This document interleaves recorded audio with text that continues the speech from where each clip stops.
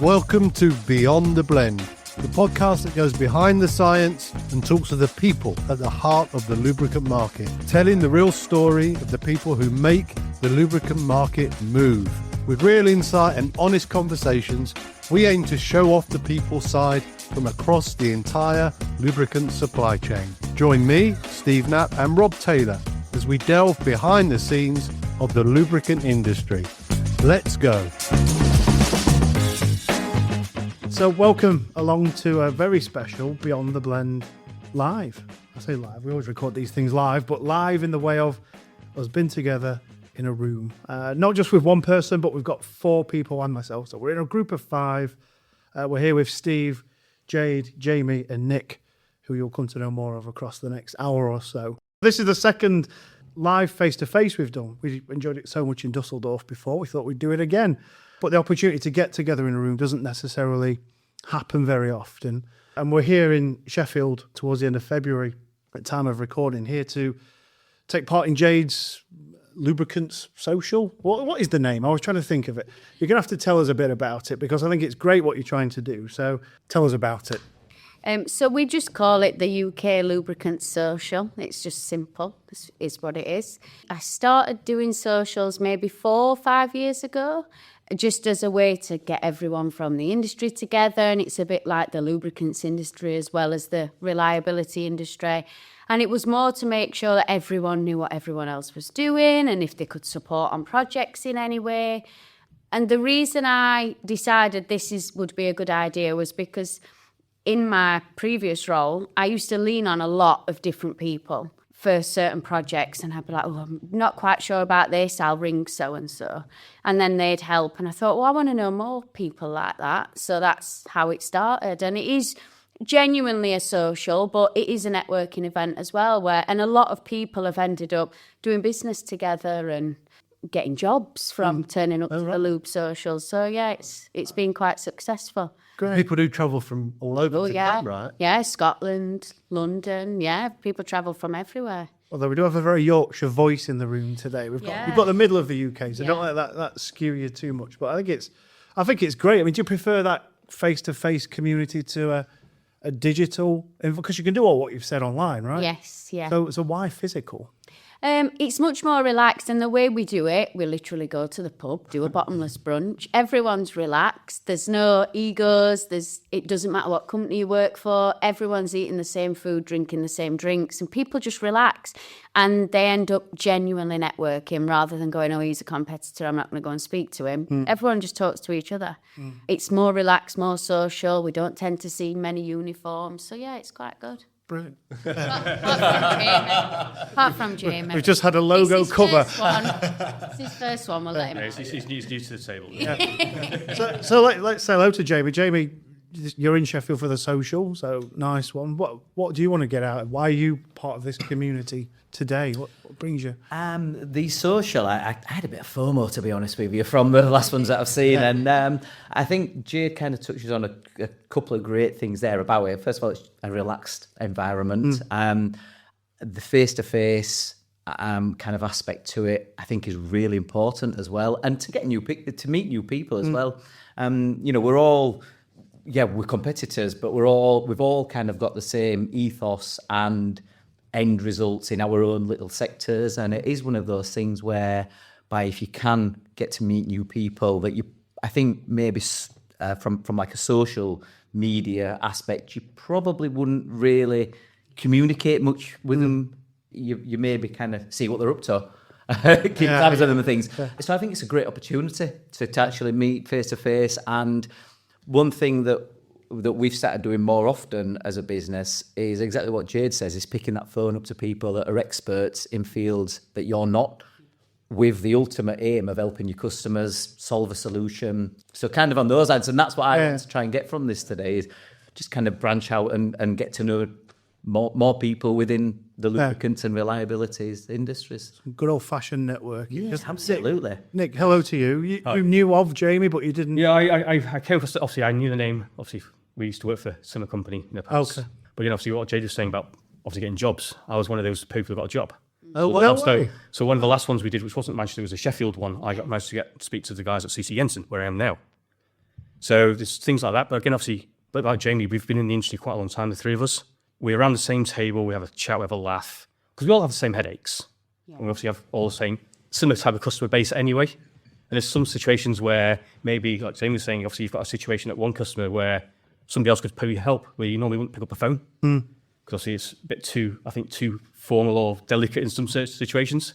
So around the table, you can just be relaxed, be yourself. Yeah, it's really interesting to listen to that, because I had a long time working for one company, and my network was entirely that company, right? Like literally, if I wanted to go on holiday to Italy, I'd phone the Italian business up and say, where should I stay? Where should I go? Could you pick me up from the airport? It was almost like this total environment that I lived.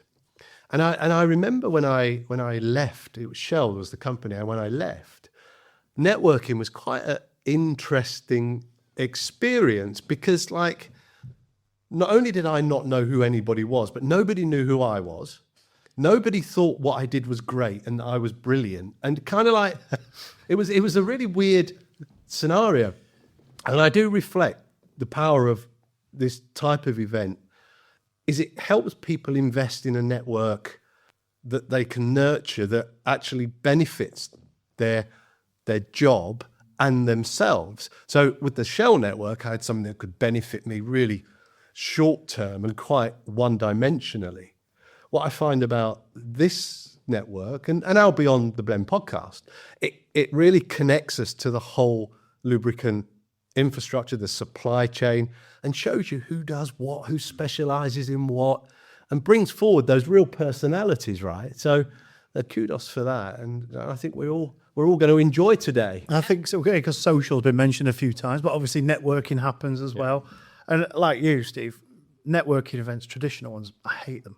Because that round the robin room where you have 90 seconds to say what you do, no one's listening to what you're saying because you're just dreading about what it is that you're going to say when it's your turn. So well done, Jade, and keep it going. I don't know if you know when the next one is, but we'll be there, I'm sure. I'll be thinking June time.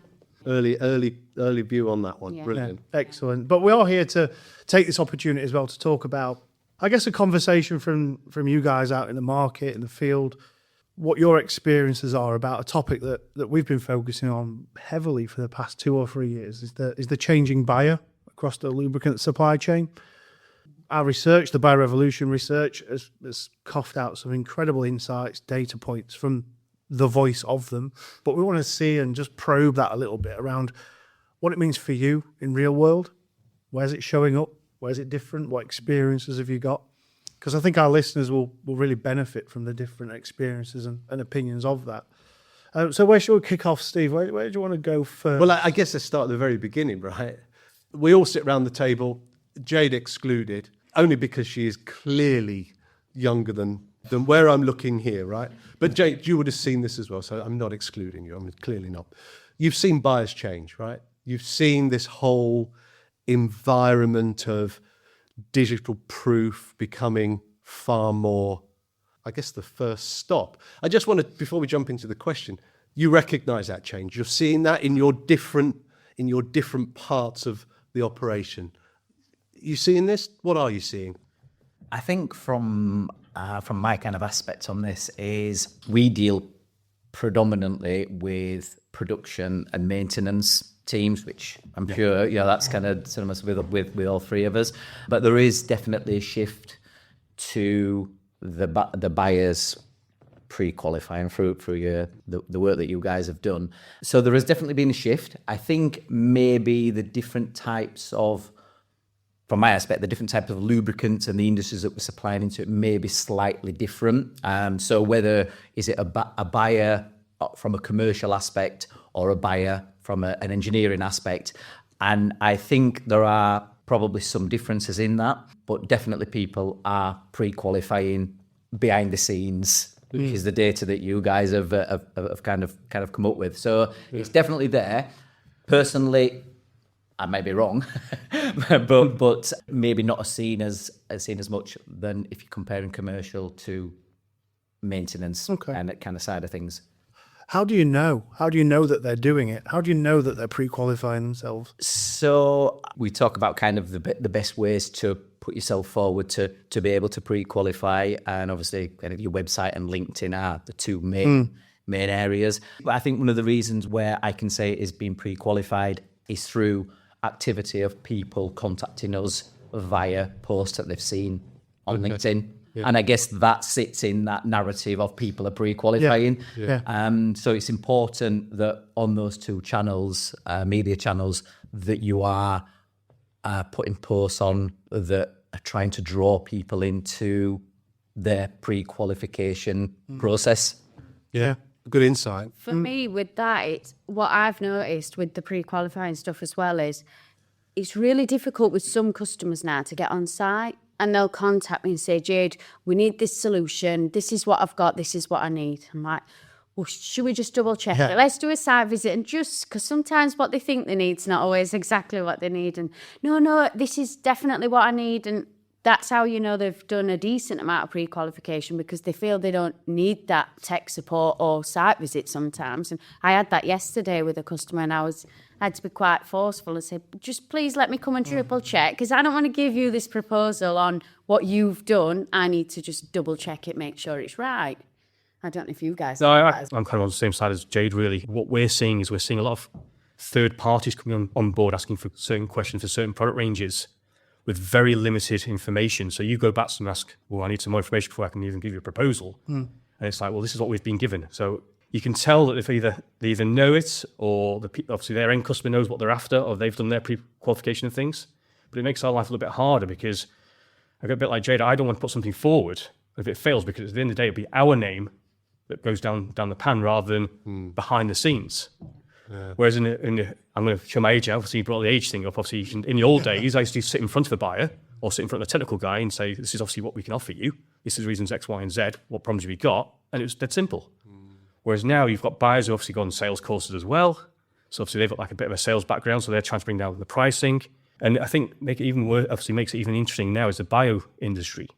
Not everybody understands the different grades that are out there. They say we want a bio. How many bios are on the specification? There's loads. So it's really good to hear this, because all three of you are playing into an area that we're starting to run a narrative around, calling it, we're about the validation economy now. We're validating, and we're almost helping a buyer at a moment saying, okay, what have you found? Where have you found it? Well done for finding that.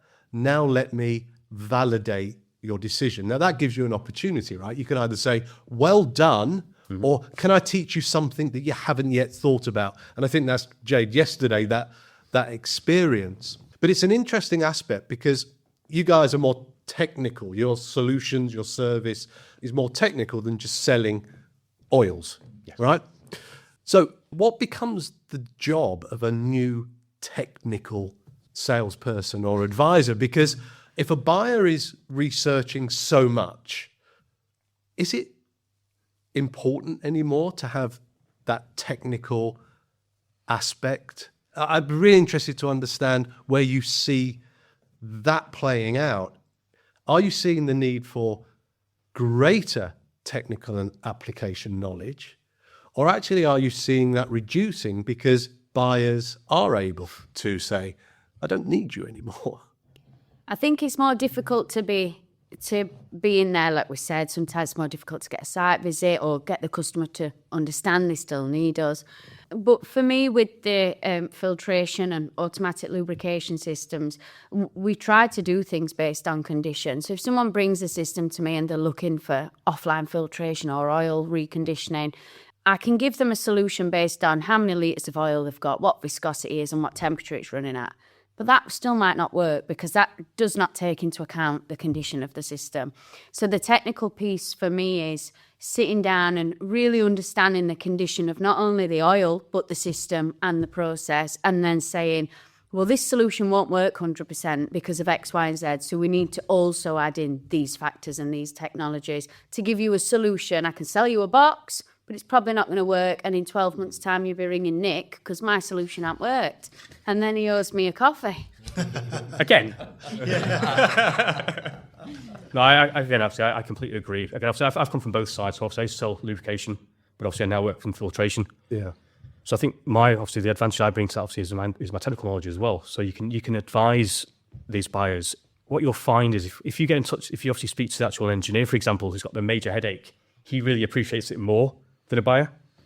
Again, obviously, as we all know, buyers have got their own script. They've obviously got to try and cut costs, which isn't always the greatest way. And like Jade was saying, I could offer you a system.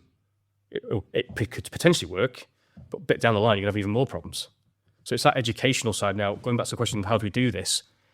Things like this, obviously LinkedIn is the way to do this, is just get that information out there, go to shows, explain to people, and get them to really understand, because at the end of the day, a buyer's there is obviously being told by a technical guy, I've got this grade in my gearbox, for example, let's go and source it.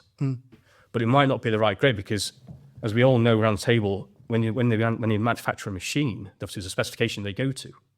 And somewhere along the line, it may have changed over time, where people somebody's come away from it due to costs, and it's not good for the system. So you have to try to re-educate people on that as well. So I wouldn't say it's a quick fix, but it's a situation where we need to educate people. We really do. Well, it's a decision, isn't it? We need to educate people. We recognise people are pre-qualifying. Do any of you deliberately and proactively think about how you can educate people today as a business or as an individual? Yeah, so obviously, to jump in, guys, we do obviously do training, so we can actually do on-site training, a bit like Jade does. Obviously, we'll go on site, we'll maybe do a seminar with a technical team or a purchasing guys, and just to give them a presentation, explain why we're looking at this. What's obviously, and basically go back to basics of basic lubrication. The whole idea of lubrication is so you've got two gears that aren't rubbing against each other. Just go back to basics, because a lot of these guys don't know this. They've either gone into a purchasing role or gone into an engineering role, and they haven't been really taught about oils or greases or whatever the industry is we're looking at. And this is where the problem is. The fundamental problem here is they look at pricing rather than look at the overall issue. So a quick fix today, which is maybe a cheap oil or whatever, a bit further down the line, we end up with a failure, which is going to cost me even more than the oil did. And this is obviously where we as a business will go in and explain to people, this is obviously what needs to be done. We'll give them a proposal. We'll obviously give them as much information as they really need to go away and then really think about it. But let's rewind it a bit, and Jamie, it'd be good to hear your thoughts around this. All that assumes I'm in the room already. What are we doing before I even know what problems you may or may not solve that I want to educate myself on? Because we all recognise it's happening. So what we're doing before we're in the room, is anything deliberately going on? Jamie, where are you at with that? So I guess kind of like the way that you're marketing, trying to sell the solution via your marketing, first of all. We do a lot through case studies. We're working predominantly in the plastic injection molding industry. When we get the opportunity to go onto a customer site, we're kind of proving us as people, we're proving our technologies, and proving the services that we offer. And education is absolute key. My experience of our kind of target industry is that they don't necessarily realise they're having the issues.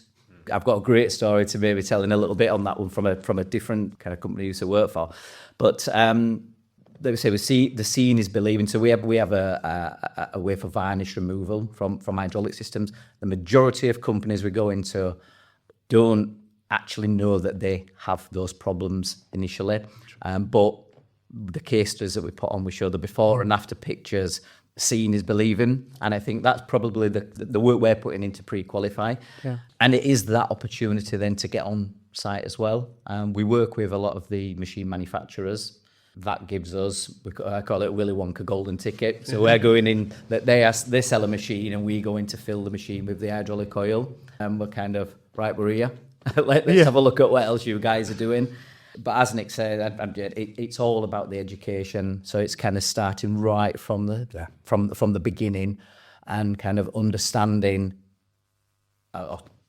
talking to the customer to let them kind of work it out themselves in a way. Yeah. So you've got the pre-fill equation, and then when you're on site, and you just wait for that kind of penny to drop. Yeah. So I find this perhaps a lot more doable than some. Potentially because of a generational issue. I'm more digitally native. Jade, I assume you are. 3 of us around this table aren't digitally native. Where are they?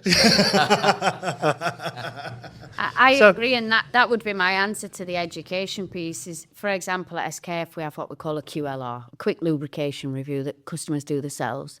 And they can go in and it's really interactive. And the education piece there is we're not teaching them about lubricants. At the end, they get sort of a gap analysis and a report which teaches them what they're rubbish at and what they're really good at. So it's a bit of a, well done, but here's where you're rubbish.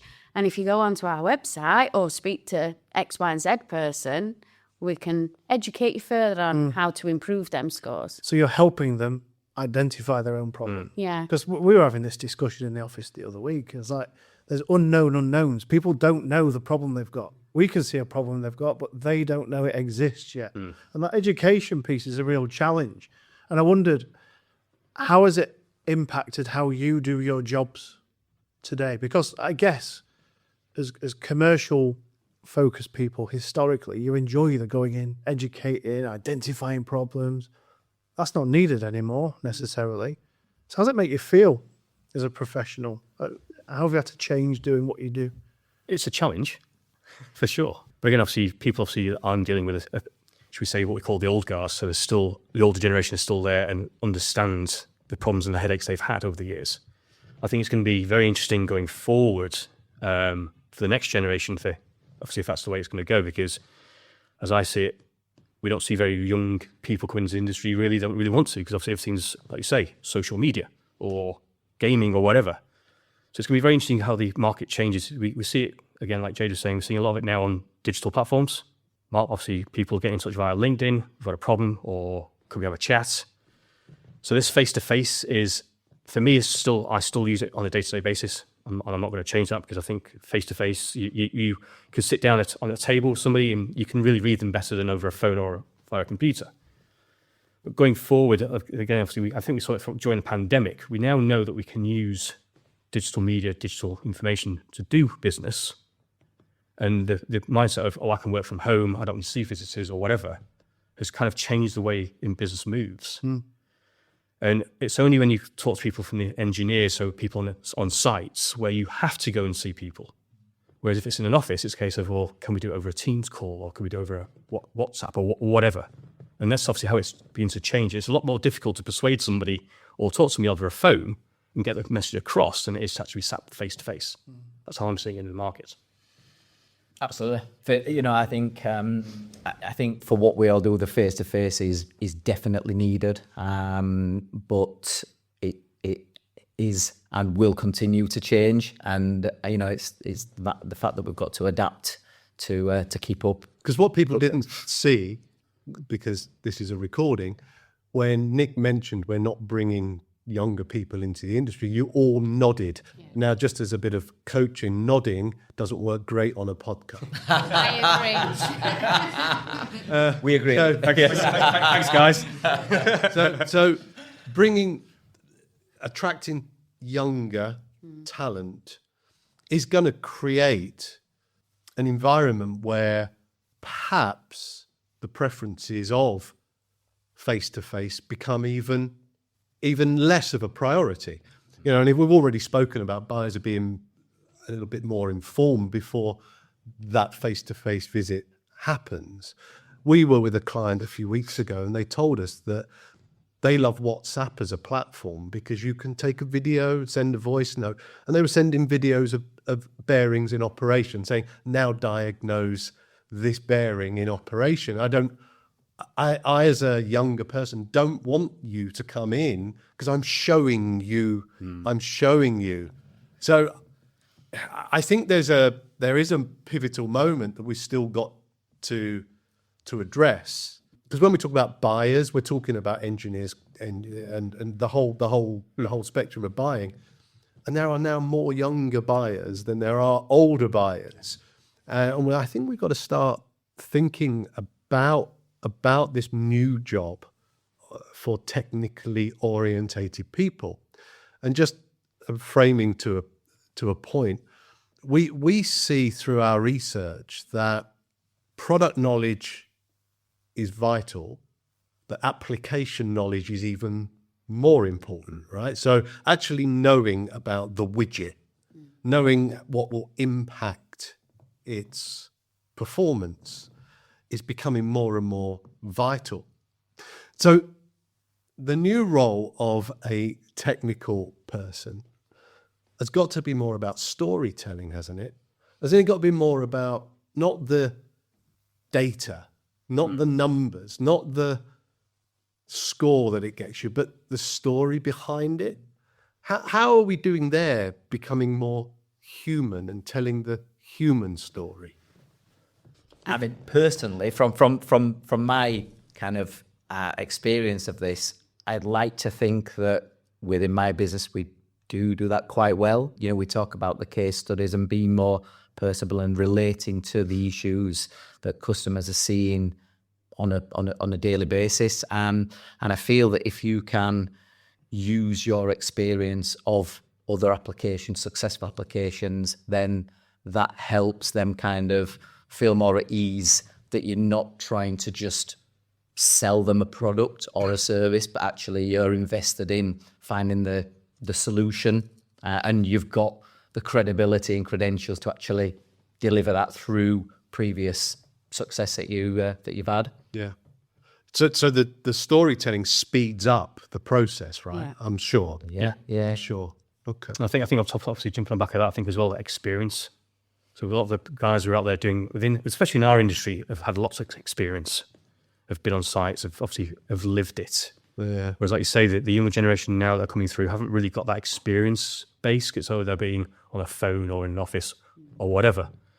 And this obviously, I think this is where the big gap is now between the age groups of, do you have experience or are you just starting out? So it's that starting out stage, like you say, going back to the start of it. How do we teach them?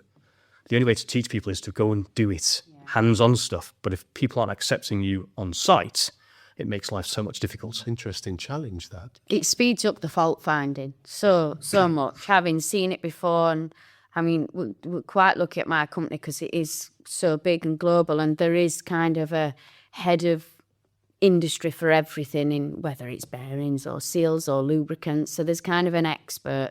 So even if I come across an application, I'm like, I've never seen that before, I can normally relate it to something else and still figure it out. But if not, I've got someone behind me. But that's where, as Nick's saying, the younger people will struggle, and companies do not want to invest in shadowing anymore. Ideally, someone needs to be shadowing that person for 3, 4, 5 years. And even then, they're still going to just get a small percentage.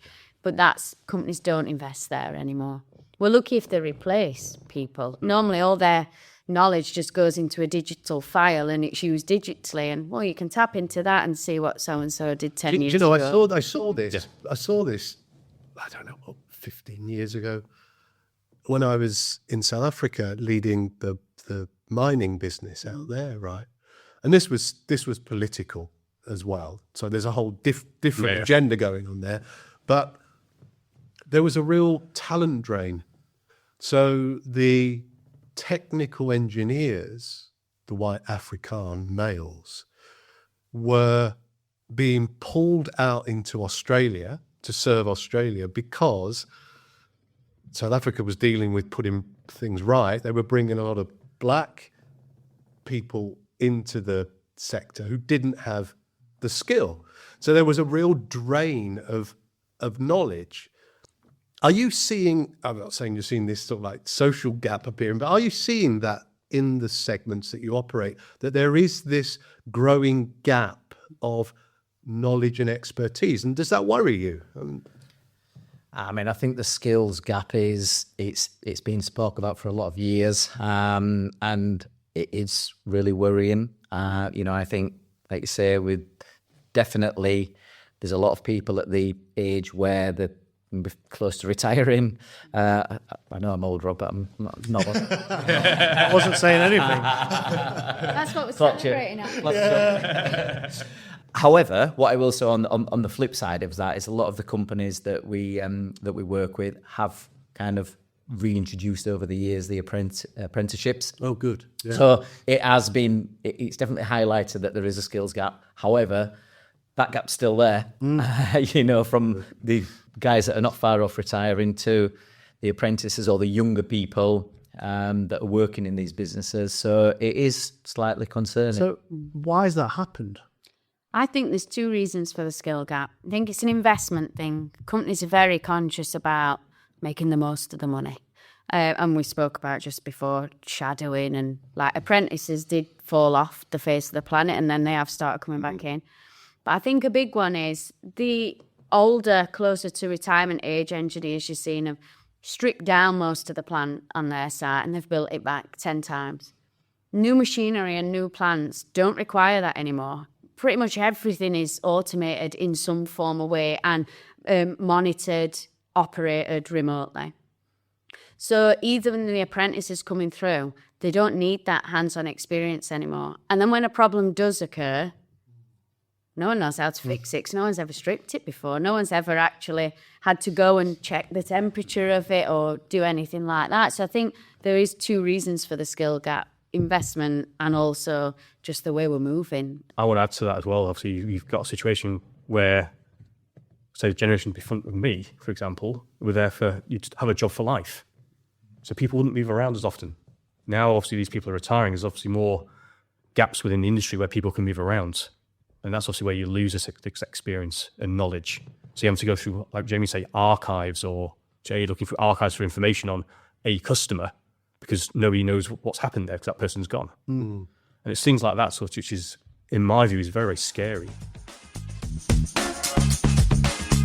Lower hit rates, missed targets, and no receptionist to patch you through because buyers decide before you arrive. Selling Lubricants Smarter tells Dan Wilder's story of ditching the old playbook. Qualify hard with SpanCop.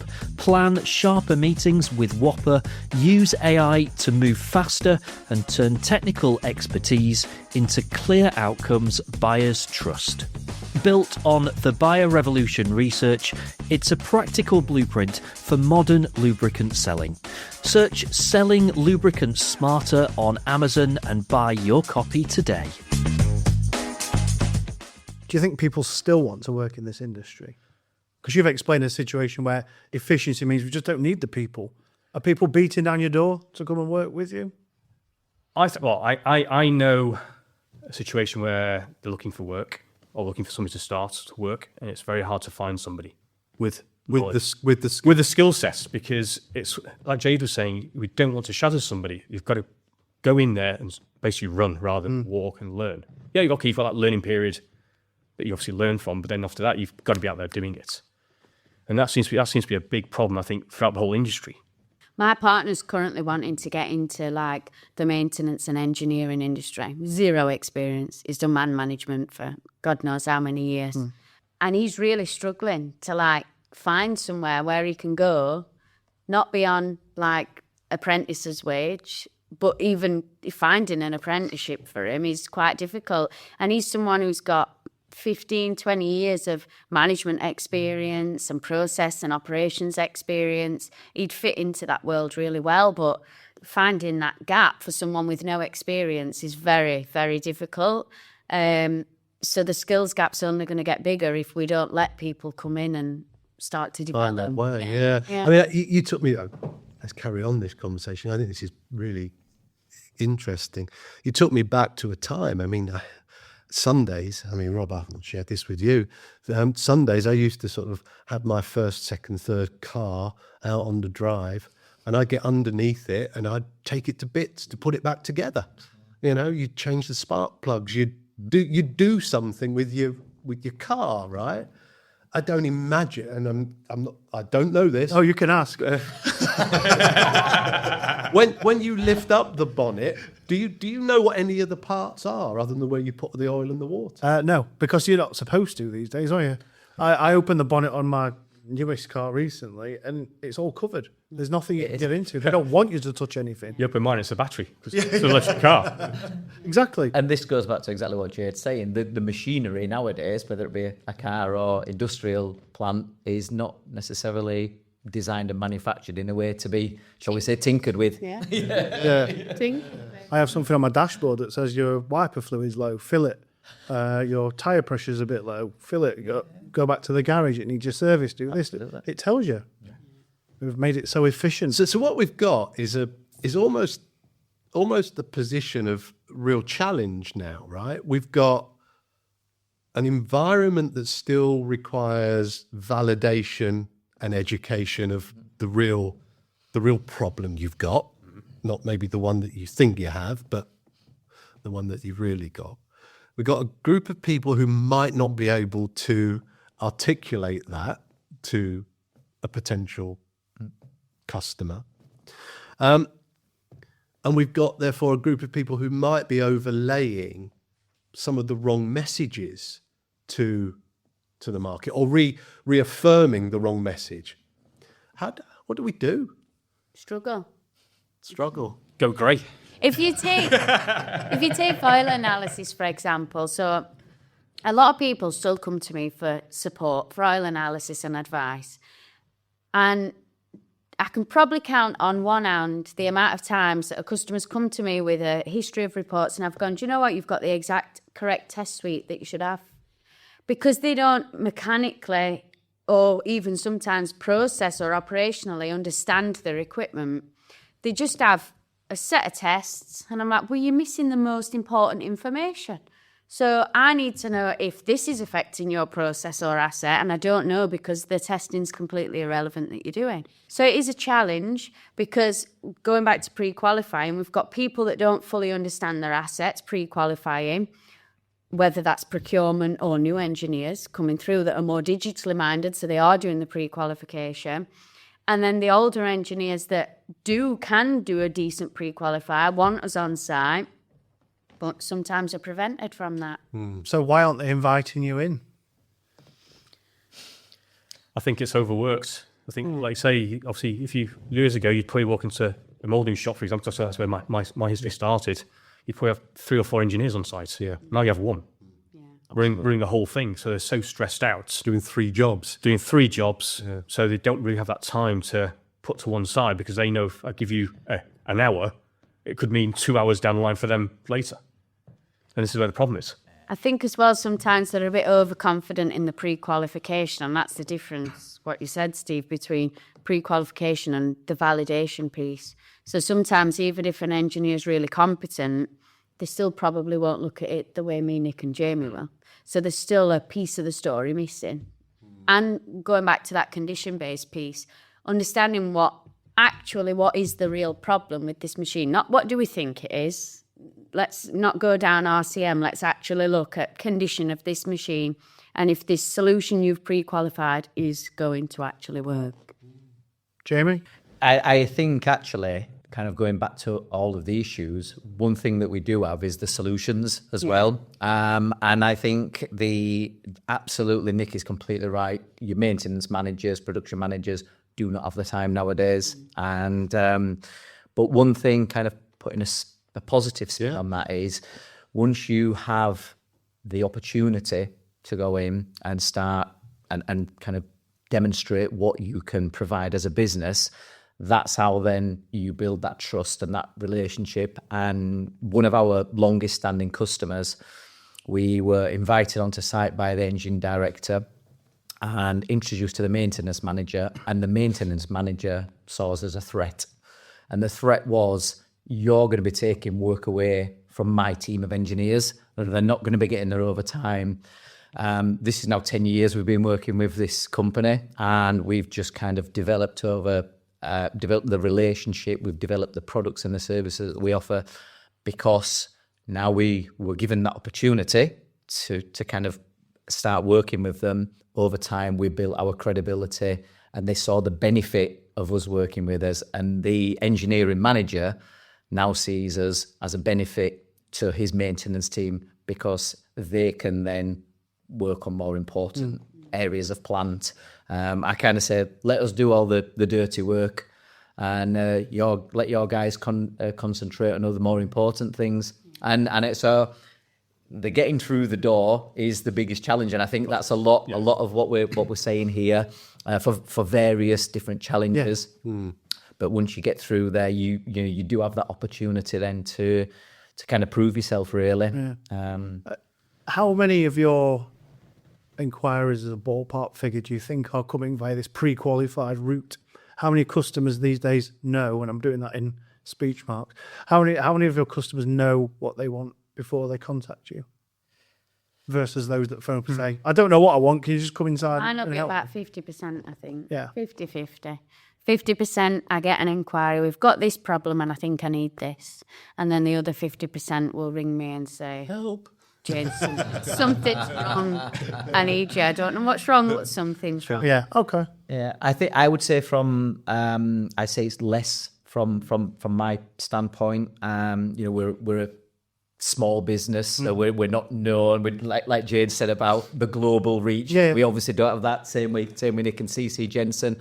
However, there is that percentage there, and I strongly believe it will grow. And the interesting thing is what you need to do to make sure that, like you say, that they are knocking on your door or pressing that button to you. Yeah. But yeah, I would say right now it's a smaller percentage, so I'm probably in about the 15%. Yeah.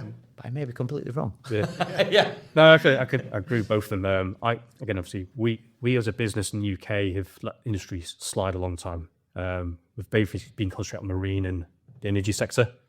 So our industrial side is very, should we say, very small at the moment. We're having to rebuild it from scratch. Hence, that's one of the reasons why I'm on board. So if you look at our business in general, it'd be probably 50-50. But then jumping on back of your comments about obviously the inquiries that come through, people go, we obviously think we want this, but at the end of the day, we as experts will go, that's not the right solution. So then you speak to them. So for us as a business, it's something that we are consciously aware of with the industrial team, that there's only 2 of us at the moment. We're very stretched. I do the whole country for obviously certain industries. My other colleague my boss obviously does the other side of the industry. So we're having to rebuild it from scratch. So going back to that information going back to the conversation before about experience, we're relying heavily on reports that are on the system. In some cases, there's no reports. So it's like starting from fresh again. Then people are thinking, CC Jensen is still in the UK. We didn't realise that. So it's things like that we're struggling with at the moment in the UK, for example. But globally, we've got the experiences there. We've got the coverage globally. So we've got, again, going back to what Jade was saying, we've got that experience to back onto. Yeah.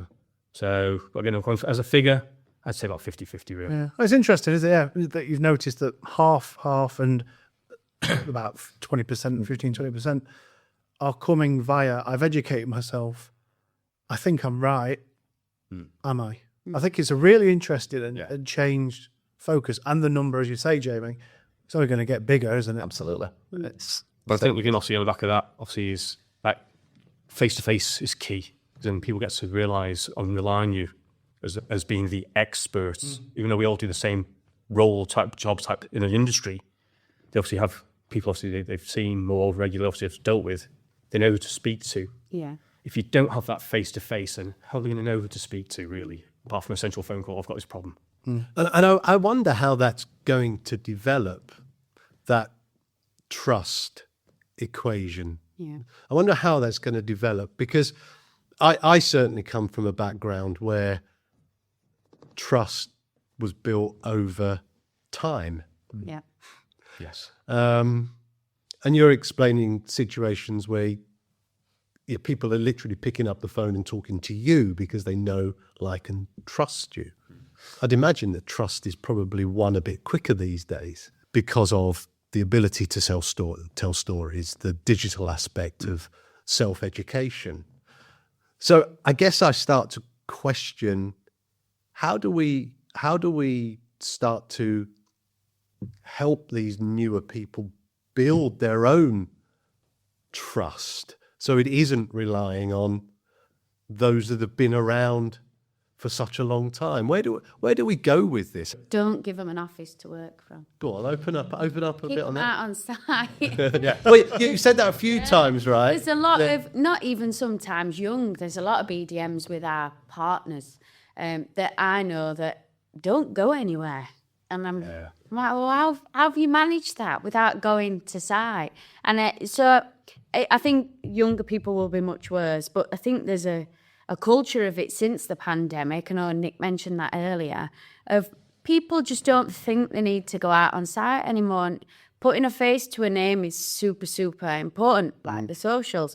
Putting a face to a name, hopefully Jamie's going to ring me instead of Nick next time he needs some help with filtration.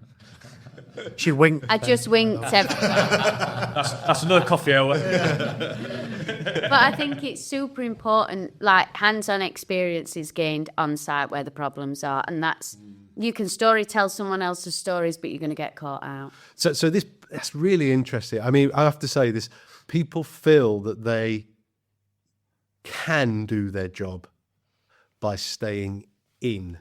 So they're not necessarily recognizing the criticality of experience and knowledge and how that supports trust.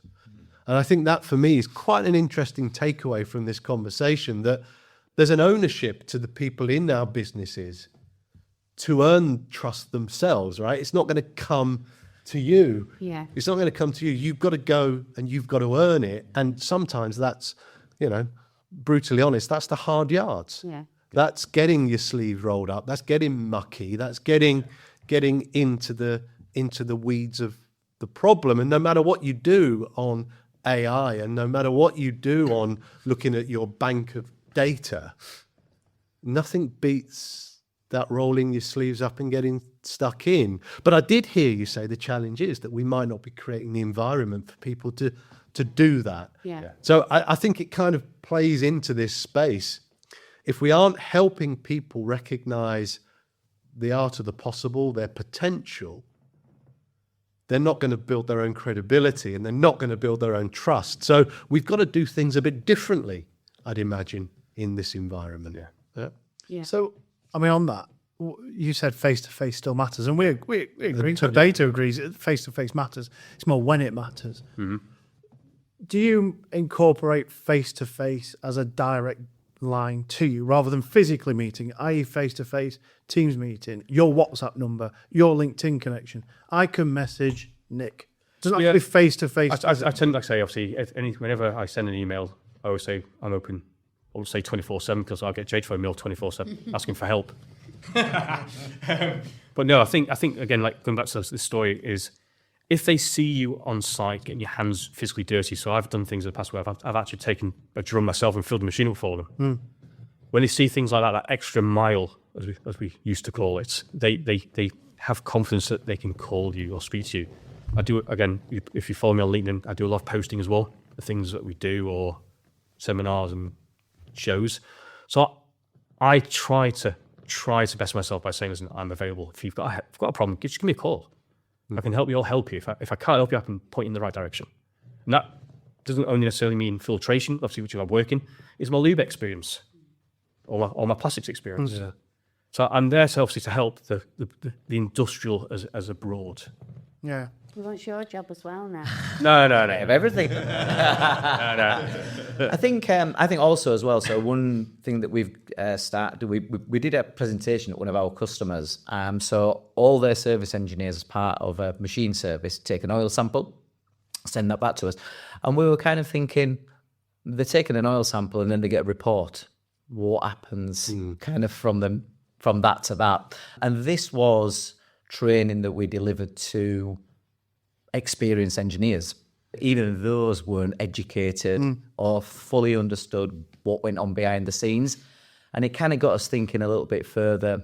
First of all, to further educate ourselves as within a company in various different ways, but then also to look at our customers. So we're working with different partners to now look at offering kind of simplified, non-certified training to kind of say, Jade mentioned the oil analysis.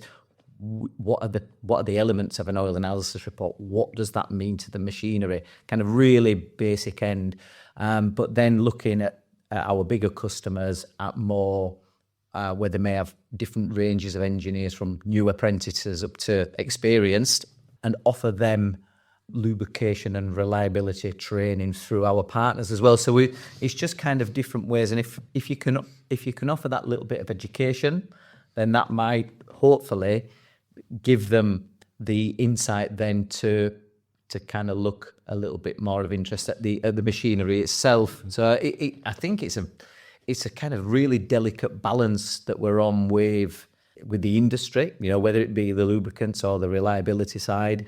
It's also a balancing point with the machinery that we've got. the new machinery, but there's also a lot of old machinery out there, and also the people within the businesses as well. And it's going to be really interesting how kind of things look in. I really like the education thing, because if we've talked about there's a skills gap in industry, and therefore those that you're probably selling to or who are buying your product are also lacking the skill, that there's quite a lot of vulnerability there for someone to say, I don't know what I'm doing. Whereas if you proactively create it and say, people like you often struggle with this, just have a read and see if it helps. Absolutely. I think it's a great People something feel more like comfortable. different. Yeah. And I will trust you because you've recognized. I think obviously jumping on back what Jamie was saying about this training side is my son's doing engineering at the moment, and they're talking about obviously hydraulic systems, and none of that hydraulic systems is talked about oil, which for me is just mind blowing. So it's about to go to aircraft engineering, they don't really talk about the consequences of getting the wrong oils wrong. Yeah. So if they're not doing it at university level, then when they get onto a shop floor, it's going to be even worse. Yeah, which is a massive issue in the lubricants industry, and has been for as long as Yeah. I've been in it, that it is not involved at an academic level, whether it's a college course, university level course, or even when you go up to masters, unless you specifically choose that, it's not included as far as it needs oil in it. Enjoy. Oh, we are talking about some real sort of systemic things, which is really interesting. And people listening into this, how they respond to what we're saying. And some might be quite cross, some might be quite motivated. I mean, it just always takes me back, because I've got many stories to go back to, but I don't remember a product launch of an oil, of a lubricant, of a grease that ever spoke about what the product really did. Yeah, problem solving. Yeah, I remember it saying, and it comes with a volume target of. Right? So I think there's a real responsibility that's a bit more joined up, isn't there? Like people that are leading commercial teams, it isn't just about leading commercial results. It's about educating people. Yeah. It's about really, really investing in the future of the segment and the sector. Because, we could all go out and punt more stuff, but actually the value comes from the insight that you bring. It's kind of full circle of it, really. And I think that really, really matters, that we start to recognise our role and our responsibility in education. I was talking to a director of a lubricant company only the other day, and I said, why are you coming back to us to work with us? He says, well, it's all the stuff you do that doesn't talk about what you do. So I said, well, what do you mean? What is that? He says, well, the fact you educate people with the podcast, the fact that you've written a book and you educate people about things. You're not talking about the blunt instrument. You're talking more around education. And I thought that was quite a reflective moment, and one that I think we've touched on today, the role, the responsibility of not just flogging stuff, but really understanding the connected impact of that. So I think that's been a really great takeaway. Yeah. If we're thinking 24/7, I want to go to 24/7. Yeah. Right? 24/7. I think I've said that to people before. Call me 24/7. I'll always be available. I'm not so sure we ever really meant it, but 24/7 now, I guess in a globally connected world, is maybe something people expect. Facebook Messenger, if you've got a Facebook page, I'll drop you a web form chat. Expectation of being available, right? Are you seeing this changing as well? I think internationally, yes. Having worked international myself, you see, obviously, especially if it's time zoned, which obviously doesn't go down well with the family sometimes. Yeah. But you obviously you have to react. Most of my customers are UK based now, so they tend to stick to the normal UK hours, which is a godsend. But again, you sometimes you can have an issue. It could be a weekend issue. I think you've got to be mindful that you're not sat next to your phone 24/7. Basically, it's obviously how I see it. Jade, you were nodding a little bit like you recognise the 24/7 piece. Where do you go with it? So at SKF, we have meetings in all different time zones because we're global. And I now work for the Lubrication UK business, which is very nice. But until this year, I worked centrally for RecondOil as a support for Europe and as part of a central team at SKF. So that was really all hours people will be contacting you. They're not getting a response. And if I respond, it will trigger a conversation. So if something's urgent, I'm available, but I will always have a message on. If this is really urgent, text me or WhatsApp me. If not, you'll get a response tomorrow. And I used to be really guilty of working literally 24/7. And I think becoming a mum has done me a favour of, no, actually, my son's a bit more important now than dealing with your problem at 12 o'clock at night. You can wait till the morning. Yeah. I guess I wanted to bring this in as a sort of maybe the last sort of bundle of questions we want to ask. AI is coming, right? AI will start to probably change, Yeah. again, the things that we just described, we're not ready for anyway. Right? So we've almost got this gap that's got the risk of getting even bigger, right? AI is going to come in and change the world. And I don't imagine in any way it's going to make people think we're not available 24/7. Are you starting to see AI and the usefulness of AI in your jobs? And just, I guess, a positive aspect to this. Where are you seeing it adding value? Where are you seeing it helping? Where are you seeing it maybe improving things? Anyone got ideas? We use it heavily at SKF AI. It's integrated into all of our SharePoints and systems, so I can ask for a part number for a feeder block for a grease system, and it will just spit everything from our SharePoint back at me. So it saves me so much time. I forget to use it a lot. I'm getting better at remembering. There's a co-pilot here that will help you. And sometimes I'm 2 hours deep before I remember. Yeah, I could have done this in 5 seconds. Sugar, that'll tell me straight away. So that's a really positive side to it for me, that it does speed up a lot of labourers' work of parts that are not going to be at the top of my mind that I know everything about. So you're trying to solve your own problems internally using AI. Interesting. Jamie? I think probably I can't imagine AI will ever be able to carry out an oil change on an injection moulding machine. But who knows? Well, let's not test it too much. However, I would say that the AI within my business comes more down to maybe the oil analysis side of things. The laboratory that we use is heavily invested in AI for their side of the testing. One thing that I would really like to see, and Jade touched on this earlier about having that human contact between a laboratory or an oil analysis report and a piece of machinery, is the interpretation of an oil analysis report and an understanding or being the link between a lab and some laboratory equipment carrying out a test. Is it within the specification range? Yes or no? Here and different. But there is potentially a reason why this may have happened. And having us as the person in the middle of the oil sample going to the lab and the machinery and understanding a little bit more and what that means to our interpretations is a big part of our business.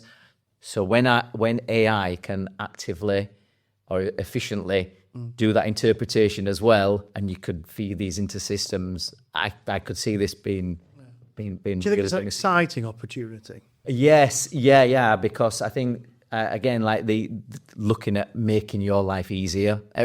Time is a big constraint on everybody, and if you can have a system in place where it saves time for you but is delivering the right results, then yeah, absolutely exciting. Yeah.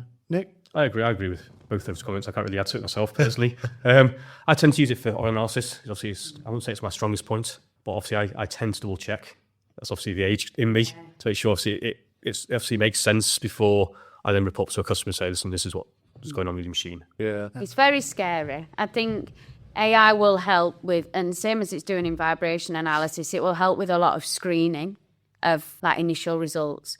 But what it's never going to have is the application knowledge, because it might be that you've got 4 results below alarm parameters, but then 4 results have increased the last 2 samples. They're just not yet in alarm. I know exactly what that means. Jamie and Nick know exactly what that means. And we're at the top of the P&F curve then. So by relying maybe solely on AI, we're going to end up quite a way down the P2F curve before we can go, oh, there's a problem. Sort that out. I nearly swore then. Oh, bugger, there's a problem. Sort that out. On the back of that, obviously, I've worked for a bio company. Obviously, it behaves slightly different to oil.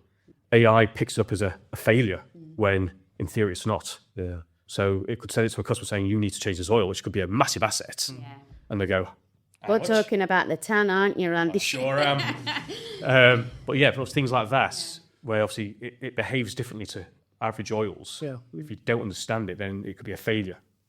But I think this is the point, isn't it? I always say AI should help me, not replace me. Yeah. Exactly. And I think too many are chasing unwittingly into it replacing their entire role. Yes. It should help me do and verify its opinion. Yeah. So without doubt, it knows a lot of stuff. Yeah. But you still matter. And I think that's... Yeah. I think it's really important. Well, I start to know, I always probably be a little bit more worried about the future than I ever used to be. It was, I was a bit more worried about the future. I'm a bit more worried about AI in a sense that it's widening the gap that we've spoken about. It's widening the gap between the need to know versus believing the answer. And I think for us, that's just the watch point. If we can create faster, quicker reports with flags and bells and whatever, they're still got to have the knowledge to do the value-adding stuff that you've spoken about. And if we let these blooming robots win, they will. We have to make sure we add value. Yep. We have to make sure we know what that value is. That comes at a cost. That comes at investing. That comes investing in people, investing in skills. Yeah. Really, really important. I'm excited by AI. This guy, Rob, will sit on AI and it will just go, whoa, look what's happening now with the world. Crazy. It's crazy. I'm probably a bit slower to adapt it, and certainly slower to adopt it, because I'd be like you. Oh, look what I've worked out on myself. Yeah. Oh, hang on, there's a button I could have pressed. Yeah. I'm super proud after an hour thinking, I did it, I found it. But I'd want to prove that I knew more than the button, right? But the thing about going back to this conversation is we were talking about the younger generation. They're going to heavily rely on AI. Yeah. And if you don't understand the principles behind to start with and you're relying heavy on AI could catch you out Yeah. and really burn you. I think that's a real issue for where we could be going with this. But we said we'll keep it positive about it. Yeah, and we are keeping it. We are keeping it. I think this whole conversation is entirely positive because what I think it does is it crystallises the importance of the person. Yeah. But I think it crystallises the responsibility on people, and I think for me that's the most human of sort of outcomes, isn't it? That we take responsibility for developing and educating and protecting the industry that's given us careers and jobs. I absolutely do.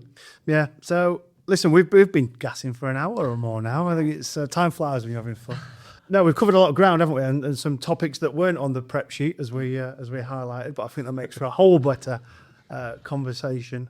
I've really enjoyed this discussion. I hope it's been a fun time for you as well. I hope our listeners have enjoyed the human side of the chat as it's developed across an hour.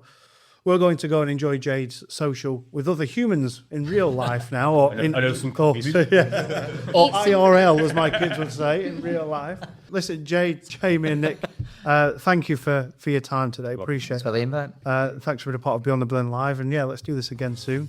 Until then, we'll see you guys very soon. Thank you, Jen. Thank you very much. Thank you. Thanks for listening to this episode of Beyond the Blend. Be sure to follow us to catch next and future episodes as we continue to explore the people within the lubricant market.